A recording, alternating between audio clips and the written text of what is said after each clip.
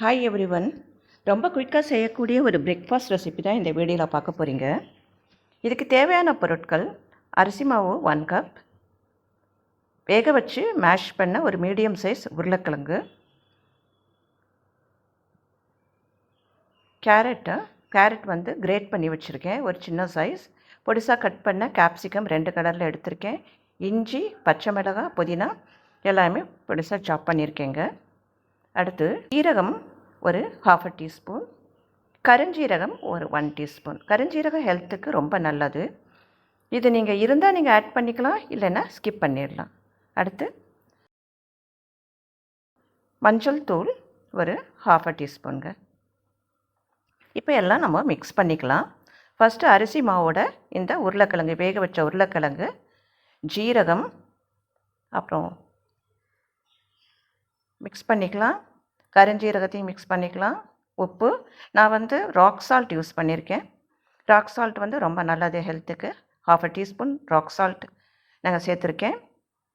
அடுத்து வந்து 1/2 டீஸ்பூன் மஞ்சள் தூள் கலந்துருக்கேன்.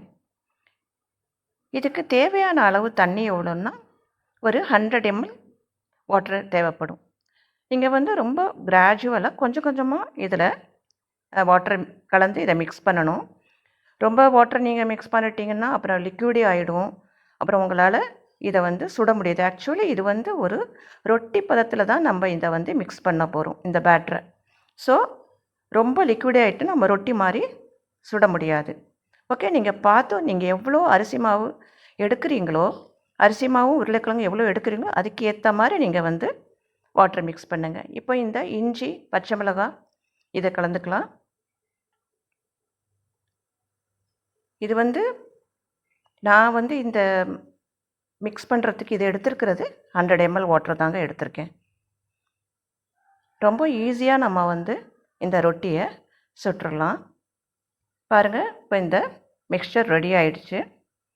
இதுக்கு நீங்கள் வந்து மாவு பிசைகிற வேலையோ, கோதுமை மாவுன்னா மாவு பிசையணும், ரோல் பண்ணணும், எந்த வேலையுமே இல்லை.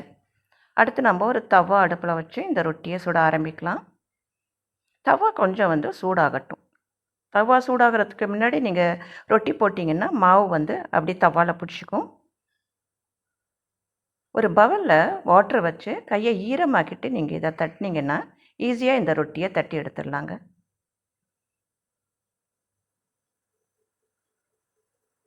கொஞ்சம் நல்ல மெலிசாக நீங்கள் தட்டுங்க, ரொம்ப திக்காக இருக்க வேணாம். இப்போது இது மேலே நம்ம அந்த சாப் பண்ணி வச்சுருக்கிற வெஜிடபிள்ஸ் எல்லாத்தையுமே ஆட் பண்ணிக்கலாம். ஒன்று ஒன்றா கேரட், கேப்சிகம் இது எல்லாத்தையுமே நம்ம ஆட் பண்ணிக்கலாம். இந்த வெஜிடபிள்ஸ் நீங்கள் வந்து ஒரு ஆப்ஷனல் தான். இப்போ நீங்கள் வந்து ரொம்ப அவசரத்தில் ஒரு பிரேக்ஃபாஸ்ட் ரெடி பண்ணணுன்னா இந்த வெஜிடபிள்ஸை ஸ்கிப் பண்ணிவிட்டு கூட வெறும் நீங்கள் அரிசி மாவு, உருளைக்கிழங்கு போட்டு மற்ற அந்த ஸ்பைசஸ் போட்டு இந்த ரொட்டியை செஞ்சிடலாம். நீங்கள் ஹெல்த்தியாக சாப்பிட்ணும் அப்படின்னு ஃபீல் பண்ணுறீங்கன்னா இந்த வெஜிடபிள்ஸை நீங்கள் ஆட் பண்ணிக்கலாம். ஆயில் நீங்கள் என்ன ஆயில் சமையலுக்கு யூஸ் பண்ணுறீங்களோ அதே ஆட் பண்ணிக்கோங்க. இந்த வெஜிடபிள்ஸ் எல்லாத்தையும் போட்ட பிறகு கொஞ்சம் ஸ்பேட்டுலாவில் ப்ரெஸ் பண்ணி விடுங்க அந்த ரொட்டி மேலே. இது வந்து ரொம்ப ஈஸியாக பண்ணிடலாங்க. நீங்கள் வந்து மார்னிங் டைமில் ரொம்ப டென்ஷனில் அவசரத்தில் இருக்கிறீங்கன்னா குயிக்காக செய்யக்கூடிய ஒரு பிரேக்ஃபாஸ்ட் ரெசிபி தான் இது. ஆயில் நல்லா கொஞ்சம் ஜென்ரஸ் அமௌண்ட்டாக விட்டிங்கன்னா இது நல்லா கிறிஸ்பாக வரும் இந்த ரொட்டி. இது நீங்கள் வந்து டின்னருக்காகவும் இந்த ரெசிபியை நீங்கள் யூஸ் பண்ணிக்கலாம். அவ்வளோதான். இதை வந்து கொஞ்சம் ப்ரெஸ் பண்ணி விடுங்க. ப்ரெஸ் பண்ணி விட்டிங்கன்னா கொஞ்சம் அமுக்கி அமுக்கி விட்டிங்கன்னா கொஞ்சம் நல்லா வந்து சீக்கிரமாகவும் ஆகும், அந்த ரொட்டி நல்லா கிறிஸ்பாகவும் இருக்கும். அவ்வளோதாங்க, ரெடி ஆகிடுச்சு. நம்ம இந்த ரொட்டியை சுட்டு எடுத்தாச்சு.